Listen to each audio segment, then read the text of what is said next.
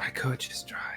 There It's is a dryer literally 5 feet from me. My God, this guy's got everything in his house. This is great. Yeah, For it's me, kind of great. I've been up to some video gaming. I played some Monster Hunter Rise, which I reviewed in one of the solo pods. That game is pretty straightforward if you're a Monster Hunter fan. It's a great game. I highly suggest you pick it up on Switch if you're looking for a new game on Switch. I've been playing more Yakuza 2 Kiwami. Gotta beat that series. I saw a little bit of your stream. I am having a good time playing it. It's fun. Thanks for watching, Ivan.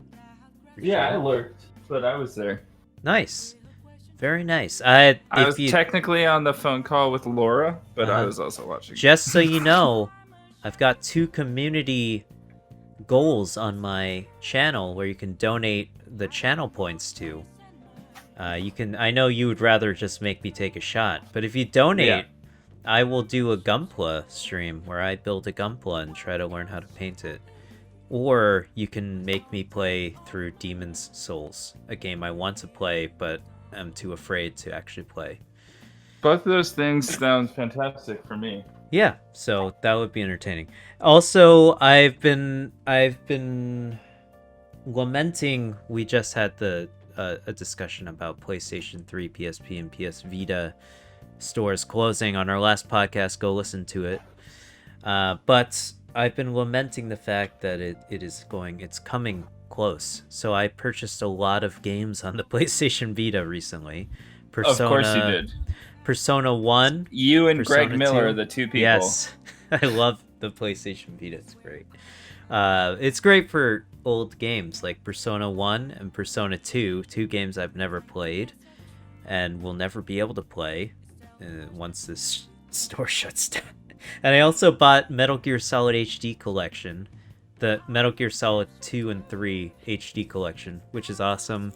You can play it on Vita, and you get trophies for it. So I'm looking into getting the platinum trophies for both those games. Very important to get trophies for things. I think that's an awesome feature that the Vita they didn't advertise much about. But I'm also looking into getting a bunch of other JRPGs, so I gotta look into that stuff. Otherwise, I've also been looking into going to one of these. There are 2 like brick and mortar video game stores in New York City. There's one in Brooklyn. There's one in by St. Mark's Place called Video Games New York, and I think the other one's called Brooklyn Video Games. They're both they get trade-ins all the time. They have a huge stock of retro video games, refurbished consoles and controllers and things like that. So if you're in the New York City area and you want to go, if you're looking for a particular video game, they might have it. Go check them out. I've been looking into potentially. I want to get older consoles. I specifically want to get an SNES, but I want to be able to output an HDMI signal. So I want to go talk to them about that. Because I think they do console mods as well. So that's something I'm looking into. That sounds like the way to go then. Yeah. The other thing I wanted to get was it's called the Analog Pocket. This third-party company has essentially made a Game Boy that will play the actual cartridges of Game Boy Advance, Game Boy Color, and original Game Boy, as well as Neo Geo.